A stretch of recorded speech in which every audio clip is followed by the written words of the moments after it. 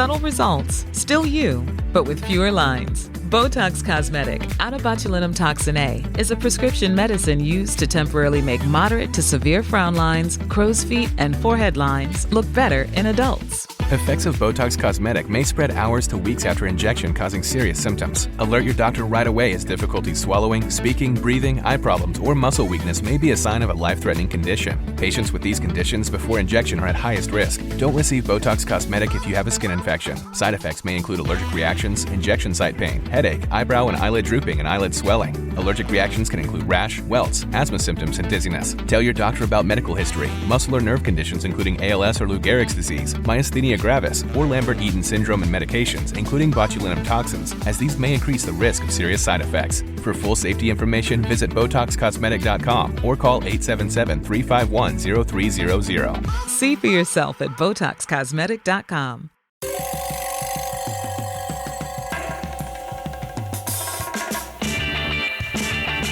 This is Cop Talk, talking crime, cases, and backing the blue. Now, here are your hosts, Captain Ed Mehmet and Detective Kevin Schroeder. Hello, everyone, and welcome to another episode of Cop Talk. My name is Kevin Schroeder, retired NYPD detective, and I'm here with my co-host, Captain Ed Mamet. Hello, WABC listeners. Great to be here with Kevin and our guest today for another session of Cop Talk. So today's guest is Curtis Sliwa. I'm sure everyone knows Curtis, and if you don't, I don't know where you've been. With that said, he's the host of WABC Radio Talk Radio. He's basically on 24 hours a day. You could listen to Curtis. He also was a candidate for mayor, and he also is a very good friend of law enforcement throughout the country. Curtis, welcome. Oh, my pleasure to be with two real cops, not toy cops that exist, like our mayor. What a toy cop he was for 22 years, house mouse. So, Curtis, let's get right to it. What do you think is the biggest factors in regards to the rise of crime in New York City? Oh, the fact that there are no consequences. I look at the low level, which will then bring you to the high level of crimes. The fact that 90,000 packages a day get delivered in New York City by some kind of package service. It could be U.S. Postal Service, UPS, FedEx, Amazon, and they get stolen. 90,000 packages a day. The city admits that. And there's not any charge in any local precinct against what we call the porch pirates. These are guys and gals. They just follow the trucks as they put the packages in a foyer in an apartment building, or they put it on someone's porch, or they put it in somebody's door. They just come behind. They lift it. They steal it. They walk away, and there are no consequences. So you can imagine the shoplifting, the boosting, the pickpocketing, the jostling. All of these lower-level crimes are not being dealt with. And so naturally you get to even the more serious crimes, and you see some of the same effects taking place. All the car thefts, stealing of the catalytic converters. It's like everywhere now. And jumping the turnstile, a simple thing like that, fare evasion. 1/3 of the people don't even bother to pay their fare on a bus or subway. It's unsustainable, but when you allow crime to exist like that, it's just going to continue to elevate and escalate. Well, the broken windows, correct concept. Absolutely. If you were mayor today, what would be your answer to fighting crime? Well, I think, number one, you have to show that you're making strides. If we don't defend retail, then this city will be a ghost town. So we already have the chain stores that are closing up. The most, I would say, upscale Dwayne Reed is closing. 40 Wall Street in the Trump building. It's nonstop. Guys coming in. They come in with duffel bags, and they just take everything. Probably what the straw that broke the camel's back for me was in Astoria, where I spend a lot of time now. A guy walked into two Walgreens, separate from one another, took an acetylene torch out in order to torch out all the plastic tubes that corral all the things that we used to just take off the counter and bring to the cashier. And the only thing going on was the cashiers were filming it, the employees were filming it, the actual purchasers were filming it, and the security wasn't doing anything. And you could imagine how that emboldened and empowered others to do likewise. I say I'd start working with retail establishments, stop the porch pirates from stealing the packages. Then people would see a noticeable difference. Then you could start working on the more serious crimes. But people have to see that there's going to be a noticeable difference in their day-to-day lives. Everybody has experienced shoplifting because they see it right in front of them. People picking up. My wife, every other day, she sees people pick up stuff and walk. She goes, "Hey, where you going? Hey, shut up, you bee."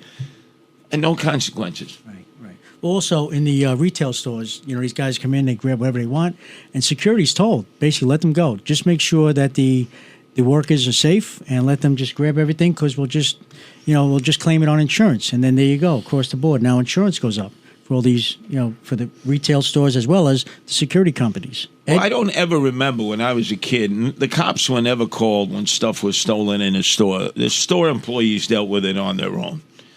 I'll leave it at that. No need to call the cops. There's a perfect way to take care of somebody. You give them a cast, and if they walk around the neighborhood, everyone say, "Hey, how come Vinny has a broken arm?" Well, you try to steal over there in that grocery store. Don't go in there and steal because they'll break your arm. Exactly. That gets the message across. Right. You don't need the police then. Right. But now they get locked up, and the perp is gone in the wind. Captain? Curtis, Curtis, you spoke about these other crimes, and I know this doesn't sound major, but I know you're onto this, is the proliferation of unlicensed mopeds running around. They're dangerous. They're really dangerous. And they're not licensed. They're not registered. And something has to be done about it. What's your opinion on that? Well, number one, I thought the whole goal of people having bicycles or electronic bicycles or Vespas or motorbikes is that they would get out there, get fresh air. It's not a four-wheel gas-guzzling car, right?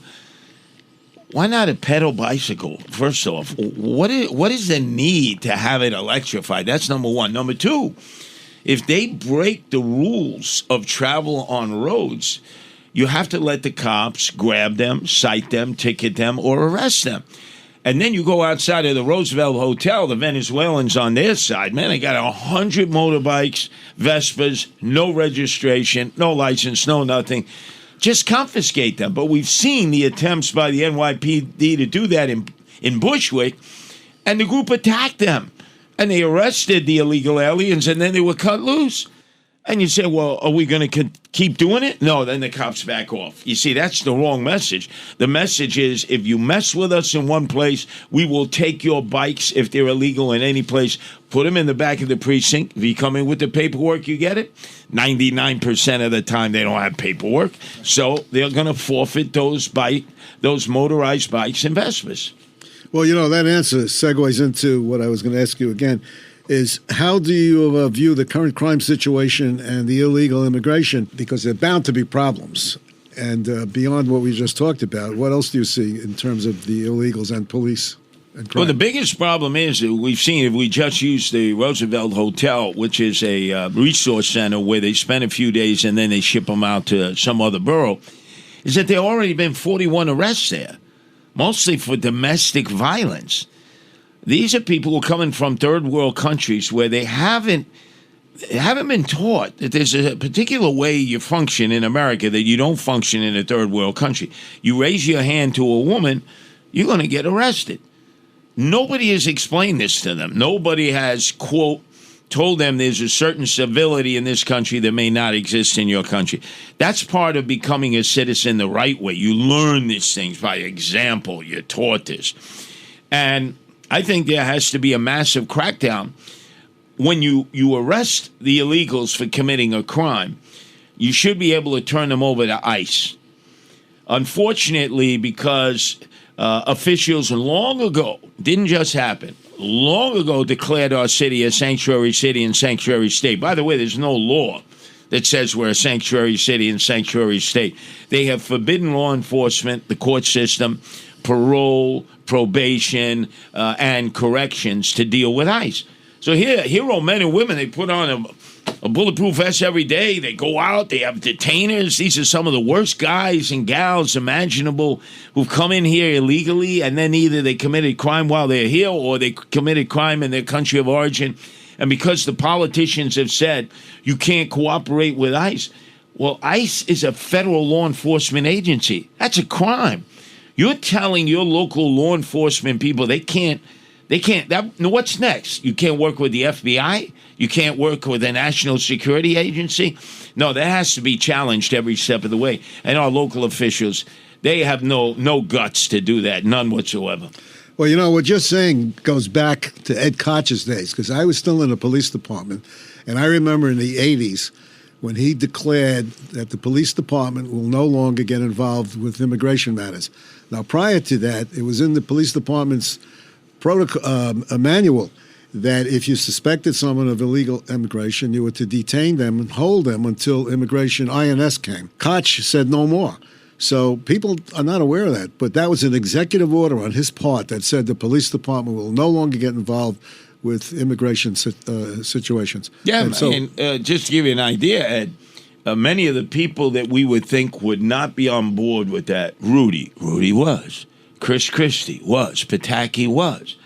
None of them complained about it then. Now it's obviously overwhelming. But look at Chicago. 19 Democratic aldermen want to pass an ordinance to welcome ICE back to working with law enforcement. Now, that's an all-Democratic city.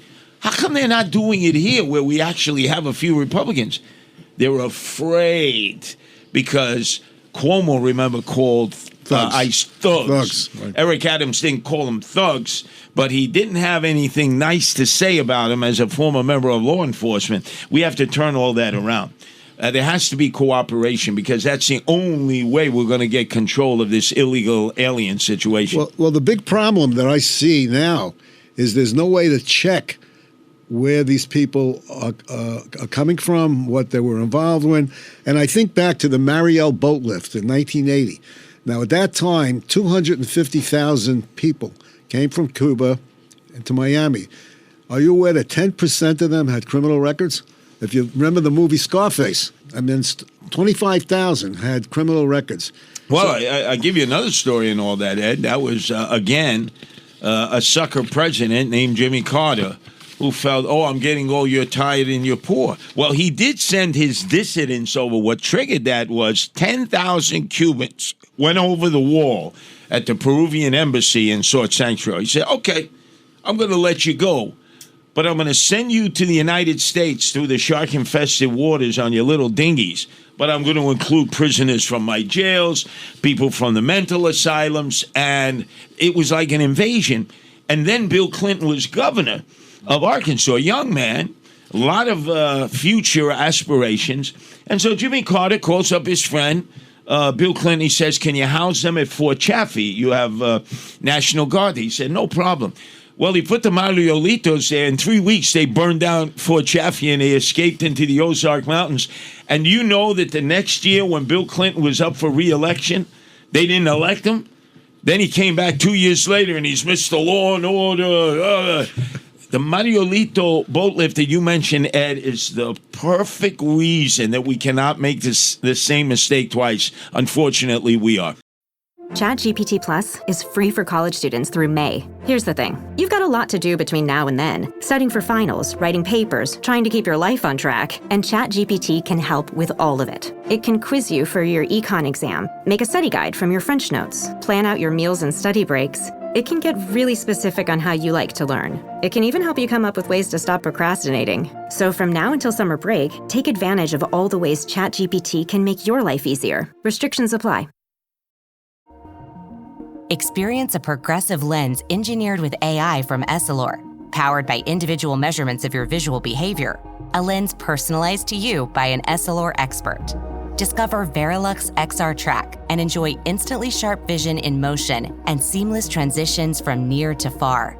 Find your local Essilor expert today at Essilor.com. Ladies, you'll end up shopping for your guy's deodorant, right? So try Degree's Original Cool Rush. You see, last year, Degree changed the formula, and men were mad. One guy even started a petition. So Degree admitted they messed up and brought the Original Cool Rush scent back. It's clean, crisp, and actually smells like someone you want to cuddle. And it's in Walmart, Target, and other stores now for under $4. So toss one in your cart and find out why it's the best-selling men's antiperspirant for the last decade. Degree Cool Rush is back, and it smells like victory. We off? 30 seconds of carefree bliss. Oof, like wind in your hair carefree. Oh, like using Clorox Disinfecting All-Purpose Cleaner in the home carefree. Yes! Like dog slobbing on the coffee table and cleaning it with Clorox Carefree. He's on a roll now. Spit toothpaste on the faucet. You got it. You got it. Peanut butter on the light switch. Oh, spritz, spritz. Spritz, spritz. Clorox, man. Clean feels good. Okay, we're back. Use as directed. Well, our buddy Eric Adams says immigration crisis will destroy New York.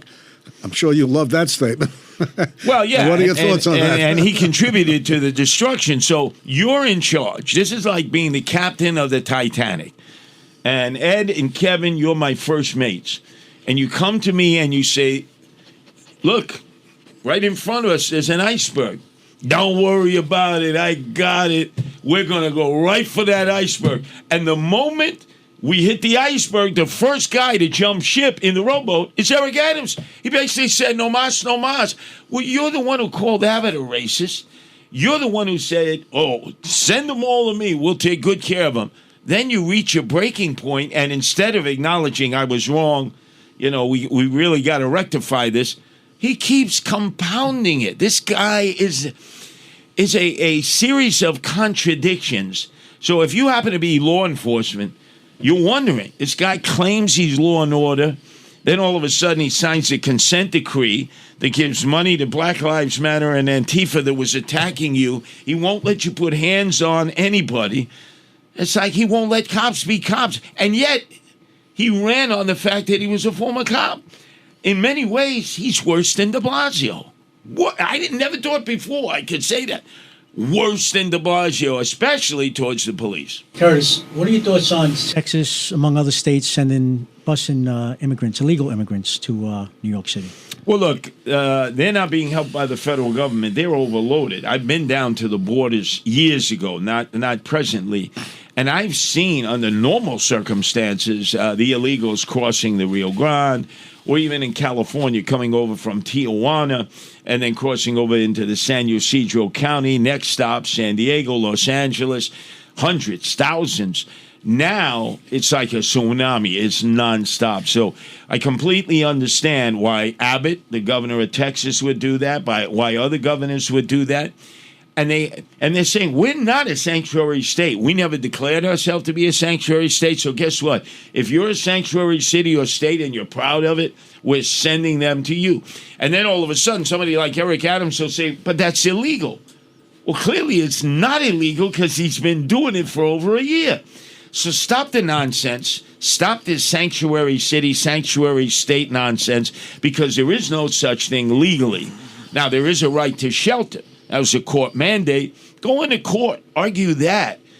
But let the cops do their job. Let them work with their fellow law enforcement officers in ICE, and they'll really be able to tighten stuff up, because ICE knows so much of what local law enforcement doesn't know, and they would willingly share it with local law enforcement. Curtis, you mentioned the 41 arrests in Brooklyn because the bikes were confiscated. What happened to them, those arrests? They get dismissed. It's called the desk appearance ticket that becomes a disappearance ticket. And remember, all these guys and gals, they know two words, even if they don't speak a word of English: asylum seeker. That's all you have to. I'm an asylum seeker, and they cut you loose. See, now this is the problem I was talking about. More and more of them are going to get arrested, and more of them are going to be released because of the cashless bail process that's going on. And they're not going to show up in court. You know that. We don't even know who they are. You know, they're fingerprinted and photographed, but what do you check against? You know, let's say a guy comes from Honduras, whatever.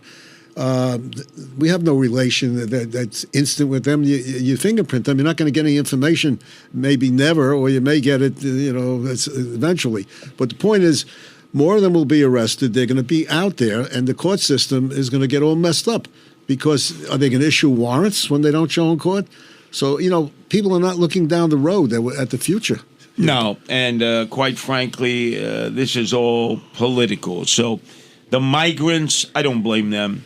I don't want to see any harm come to them. They're taking advantage of a thing they never thought in their wildest dreams would exist. Free entry into the United States, and you get more free stuff than Americans who pay taxes get. So they're going to just keep rolling on this. But just imagine our local criminals. They're going to get in their car. They're going to go see all these young men hanging out, smoking weed, drinking beer, with nothing to do all day long. They're going to, come here. We could do a home invasion and split it 4 ways. Really? Yeah, get in the car. I'll teach you the tricks. There are going to be a lot of young men that are going to be recruited into gangs, into criminal enterprises, because they got nothing to do and nowhere to go. And let's face it, eventually they need money. Eventually they need to be able to sustain themselves. And as we look at immigration throughout history, sometimes the first wave of the immigrants, first it was the Jews, then it was the Irish, then it was the Italians, who ended up getting involved in crime, and then it became organized crime, and then they evolved out of that. But you're going to see, especially the Venezuelans, I've been watching them. Man, they're sharp.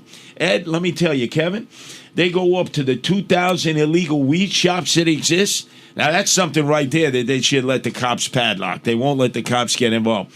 But they actually go into the weed shops, and they say to the guy behind the counter, normally it's somebody who speaks Spanish, tell you what, we'll deliver your weed Grubhub style, but we don't have a bike to do it on. We'll pay layaway. You get the bike. We deliver your weed like Grubhub. And then every week we pay layaway. So they pay off on the bike. Now then the Venezuelan goes to the next guy in the other block, the competitor, and he says, the other weed dealer there, he's doing delivery. We could do delivery for you too. And they make the same deal. And now you have these Venezuelans, all of them are on motorbikes and Vespas. You say, how could they afford it? Because they're so smart. They're such good business people. But if they're guided to doing the negative, they're going to become a detriment to our society. They're going to become a new level of organized crime. And let me tell you, Venezuelans were always the most businesslike in South America before Hugo Chavez came along and Maduro. These young men, they're hustlers. I see them outside the Roosevelt Hotel. They already got their little gangs. They got their, what you call their side hustles going, and a lot of them are not legal. Curtis, recently you've mentioned that you may take on Adams again. Why don't you tell us about that? Oh, that's a guarantee. It's done. I've said it over and over. I'm running against Eric Adams again. Remember, when I ran against him the first time, he had no track record. I mean, let's face it. What do borough presidents do other than give proclamations out and cut ribbons? You can't really be a bad borough president, because even if you don't show up, people don't know what a borough president does. But now as a mayor, he has a track record, and his polling numbers have plummeted. The number one group that has dropped the most radically from being his biggest support group are African Americans, because the history of politics in New York City when you run for mayor is to the victor go the spoils. So, for instance, when Rudy ran the second time against David Dinkins, he won because there was a tremendous turnout of votes to vote for secession on Staten Island.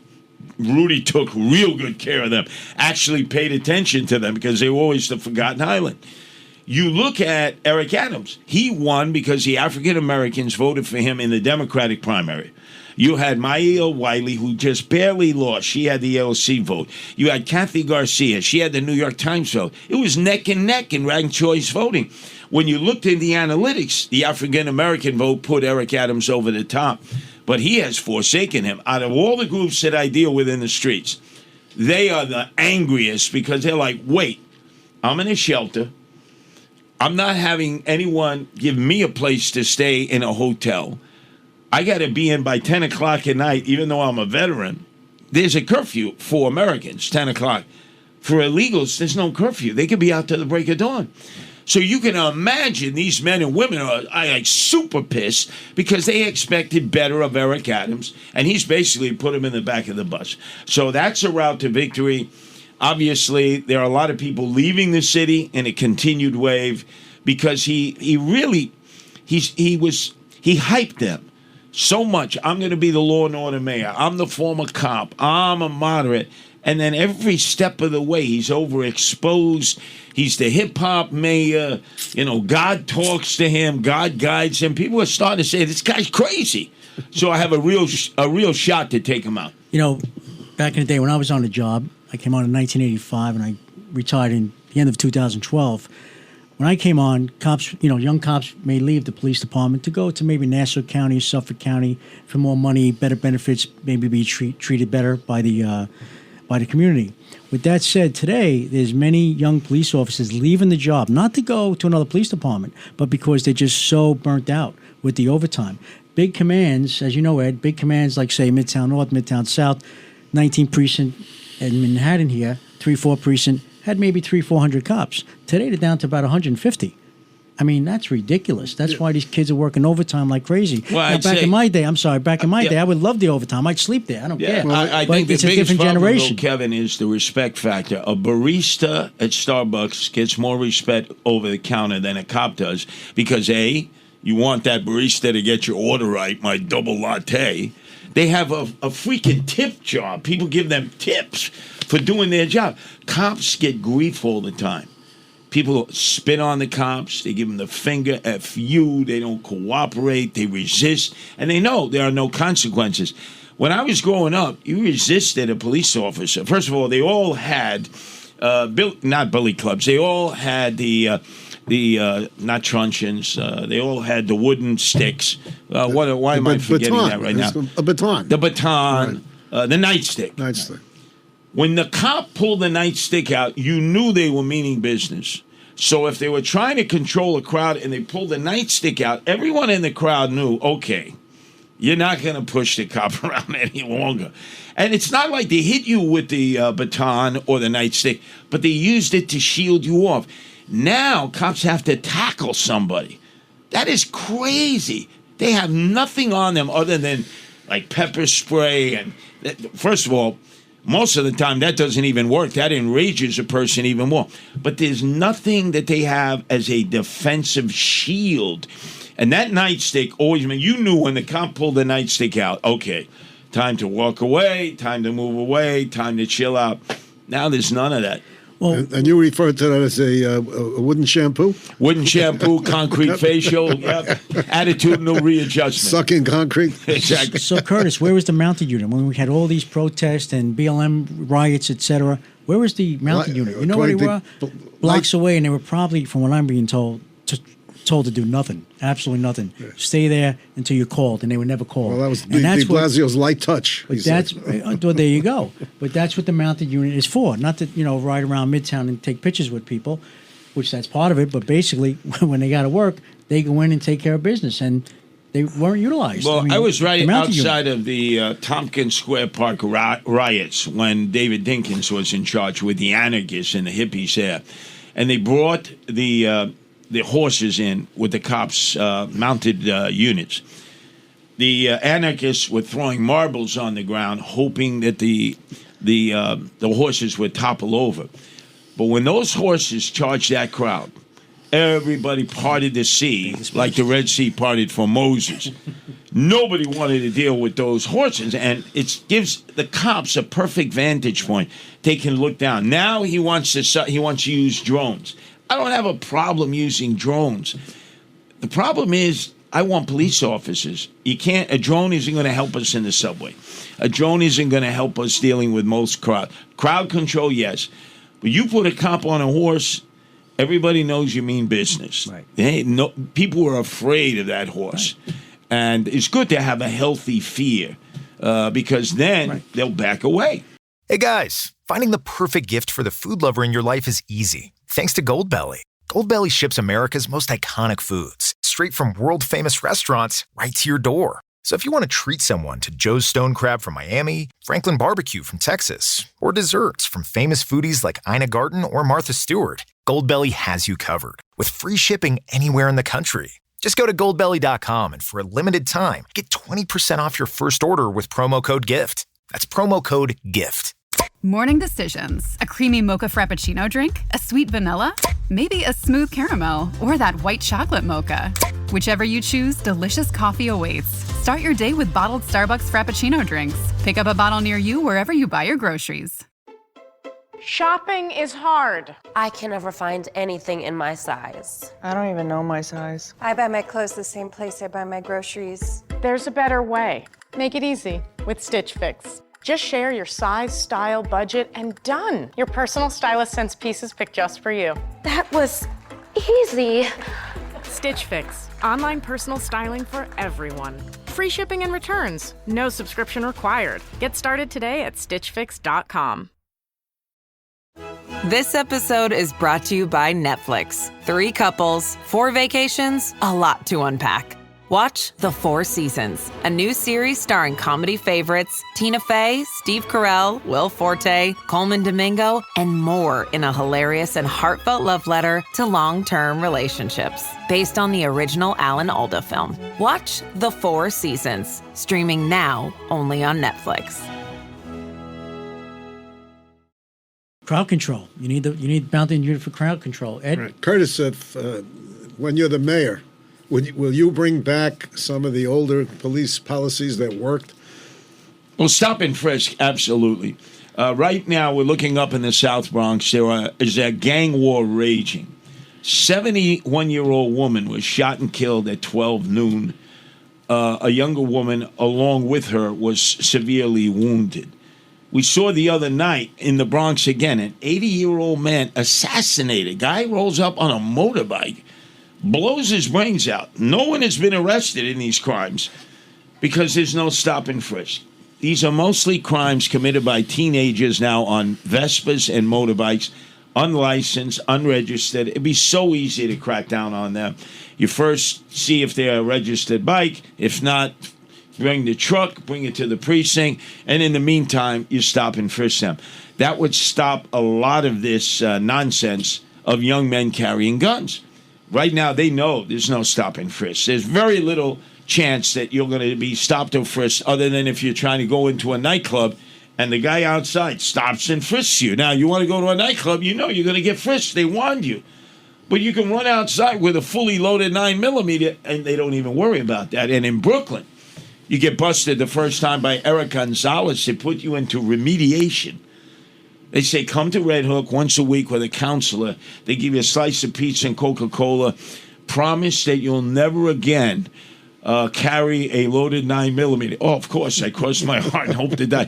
You get out, you go to your homeboys in the projects. It's like, I can't believe this. They feed you too. All you got to do is promise you'll never do it again. And they go out and they do it again and again and again. Curtis, when you're mayor, a big problem you're going to face is the stupid city council. They're always introducing laws to hinder the police. Well, what I would do is immediately say, okay, which of you city council people don't want police in your district? And I would say, if we have to cut back, because at this point, if I become mayor, we're inheriting a major problem like Ed Koch inherited in the 70s. We're going to be on the brink of fiscal insolvency, possible bankruptcy, as we faced in 1975 when Gerald Ford said, drop dead. So I would say, okay, I have a limited number of cops. To you, city council person, Hanifa in Park Slope, a socialist. To you, Aviles in Sunset Park. To you, Tiffany Caban, you don't want police in your district. I'll be more than happy to cut the number of cops in the precinct. And actually, yay! Want to bet the next election cycle they're no longer the city council person? Because I'm going to say, it wasn't me. I had a meeting with them. They said they didn't want cops, so I put the cops where they wanted. You see, I would do that. Eric Adams could, but he won't. Because he doesn't know how to use the budget properly. And he won't take them on. He won't name and shame them. But I would say, look, I had a nice meeting today with Tiffany Caban, who's an acolyte of AOC, all-out crazy Alexandria Ocasio-Cortez. They want to defund the police. They want to destroy the police. I would say, I told her we have 300 police officers assigned to the precinct here in different shifts. And I said, well, how many do you want? And, you know, Tiffany's going to say, none. And I realized I had to have some cops here, so I paired them in half. I took 150 out, and I gave them to another precinct in which the city council person was more than happy. You pit them against one another. Watch how quickly her constituents are going to say, you know something? We need the cops. And they'll vote her out. But he's not using the power of the mayoralty, as you said, Ed, the budget, the discretionary funds, and most importantly, the allocation of badly needed police resources and personnel. Curtis, if you're mayor, would you have a public safety commissioner? No, absolutely. They're ridiculous. The last deputy public safety commissioner was Judge Mullen. with David Dinkins. How did that work out? 2,000 murders a year, 10,000 unsolved. You don't need layers of bureaucracy. You have a police commissioner. You have trained professional police officers who've earned the right through civil service to move up the ranks. Some are political appointments. But with all the stuff that I would have to do as mayor, the last thing I'd want to interfere with is the police department. You pick a commissioner, you have conversations with the commissioner, but you let the commissioner run the police department. Because, look, you think I'm going to know how to run a police department? Remember, half my life I've been adversaries of the police. I'm going to say, you're my guy or gal, you're in charge. You know, I'll be there with you, I'll talk with you. When there are problems, I'll ask you, what's going on? How come this isn't working? But bottom line is, you're the shot caller. And if things aren't going right at some point, I just have to replace you with somebody else. And certainly, if somebody's going to sit down with Black Lives Matter or Antifa or any of these crazies, I'll use the Rudy Giuliani approach they used with Bratton when Bratton, early on in the administration, said, Rudy, I'd like to meet with Al Sharpton. Rudy looked at him and said, if you meet with Al Sharpton, you can leave your badge and your gun on the table by lunch. I'll have a new police commissioner by the end of the day. No. You don't meet with them. You don't negotiate with them. We're not going to be held hostage. They're not going to shake us down. There's a right way to do things, and there's a wrong way to do things. And I'm going to work with people who want to do things the right way. Curtis, what is your vision for the future of New York City? It's perilous because I think there's certain realities now that no mayor has ever faced before. We're in a situation where people want to stay at home and work. It's a computerized workforce. I look over at the new Chase building off of Park Avenue, this monstrosity that'll take another 2 years. And I said, you know, J.P. Diamond is considered a pretty smart, sharp guy. What is he going to do? Turn that into storage units, mausoleums? There's no workers that are going to be able to come in there and work. People work from home now. They don't need all this space. So we're going to have to really radically reshape it. My policies will be what's in the best interest of people, not necessarily in the best interest of the city, because if it's in the best interest of people, the city will thrive and prosper. And we have to prioritize safety of women. If women don't feel safe in the city, they're not going to come to work, and they're not going to go out to nightlife. And as you know, without women in nightlife or at bars and restaurants, ain't nobody going to be there. And they cannot afford taking a cab every day or an Uber. So you got to get the subway safe. You got to make sure the streets are safe, because the bulk of the workforce are women. The bulk of the people who go to the restaurants, the bars, and the nightclubs are women, without which guys are going to be talking to themselves. And that's not nightlife. That's true. That's true. That's true. Captain?